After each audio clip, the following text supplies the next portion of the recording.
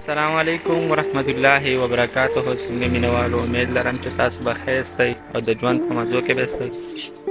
قدرمند اورېدونکو، یو شارټ سټوري درسره بیانوم د مونځ په باره کې ده.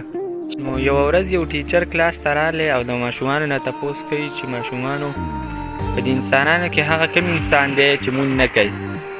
نو په دغه کې یو هلک پاڅېدو او ورته وایي چې استاجي، یو هغه انسان دی چې مړ وي په قبر کې وي، نو هغه مونځ نه کوي. یو بل ماشوم پاڅېدو او هغه ورته وایي چې استاجي، یو هغه کس دی چې هغه ته مونځ نه یادو، نو هغه مونځ نه کوي.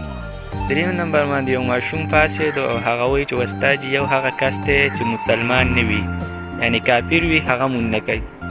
په څلورم نمبر باندې یو بل ماشوم پاڅېدو وایي چې یو هغه کس دی چې د الله نه یریږي، هغه مونځ نه کوي. داسې ډېر ماشومان پاڅېدل او خپله رایې ورکوله. نو د ماشومانو د رایو نه بعد استاذ په سترګو کې اوښکې رالې او استاذ لږ خپم شو او په ژړام شو او ماشومانو ته وویل چې داسې ډېر خلک شته دی چې مړه نه دي او مونځ نه کوي. داسې ډېر خلک شته دی چې د الله نه یریږي او مونځ نه کوي.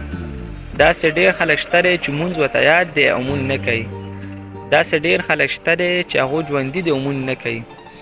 نو تاسو په خپل ګریوان کې سوچ وکړئ چې تاسو نه مړه یاستئ، مونځ درته یاد دی، د الله نه یریږئ، نو بیا ولې مونځ نه کوئ؟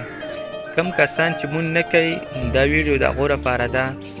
نو پلیز دا مونږ باندې الله فرض کړی دی، مونځ مونږ په یو حال کې هم قضا نه کړو.